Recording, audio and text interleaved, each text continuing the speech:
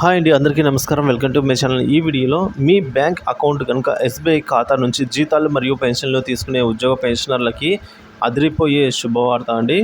So దాని గురించి పూర్తి సమాచారం ఈ వీడియో ద్వారా తెలుసుకుందాం. వీడియోని ఎక్కడే కానీ స్కిప్ చేయకుండా ఎండ్ వరకు చూడడం పూర్తి ఇన్ఫర్మేషన్ అర్థమవుతుంది. ఫ్రెండ్స్, మీ జీతం ఖాతా అనేది స్టేట్ బ్యాంక్లో ఉందా? అయితే మీరు 40 లక్షల ఇన్సూరెన్స్కు అర్హులు అనమాట.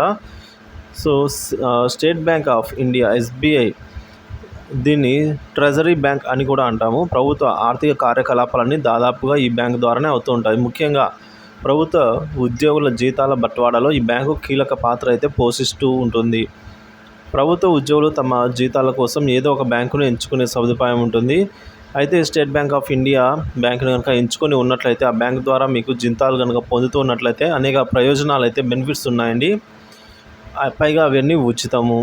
ఈ విషయం చాలామందికి తెలియక ఇక ఈ అవకాశం ఉండి కూడా ప్రయోజనం పొందలేకపోతున్నారు. ఉదాహరణకు వివిధ రుణాలు, అంటే గృహ రుణము, వ్యక్తిగత రుణం అంటే ఏ రుణం తీసుకున్నా తమ బ్యాంకులో అకౌంట్ ఉన్న ప్రభుత్వ ఉద్యోగి ప్రాసెసింగ్ ఛార్జీలు 50% మాత్రమే తీసుకుంటారు. అలాగే డ్రాఫ్ట్లు, చెక్కులు, ఇక ఎస్ఎంఎస్ అలర్ట్స్ వీటన్నిటికీ ఉచితంగా లభిస్తాయి. అలాగే 2 నెలల ఓవర్ డ్రాఫ్ట్ జీతం కూడా పొందవచ్చు. అన్నిటికంటే ముఖ్యంగా ఆ ఉద్యోగి ఆకస్మిక మరణం సంభవిస్తే పర్సనల్ యాక్సిడెంట్ ఇన్సూరెన్స్ స్కీమ్ కింద 20 లక్షలు, అలాగే ఎయిడెంట్ ఇన్సూరెన్స్ కింద 30 లక్షలు చెల్లించబడతాయి. దానికి తోడుగా ఎస్బీఐ డెబిట్ కార్డ్ లేదా క్రెడిట్ కార్డ్ హోల్డర్లకు మరో 10 లక్షల రూపాయలు అయితే చెల్లిస్తారు. అంటే గరిష్టంగా 40 లక్షల ఇన్సూరెన్స్ ఉచితంగా కవర్ అవుతుంది. దీనికి గాను ఆ ఉద్యోగి తను జీతం తీసుకుంటున్న బ్రాంచ్కి వెళ్ళి కొన్ని వివరాలు నమోదు చేయించుకోవాలి.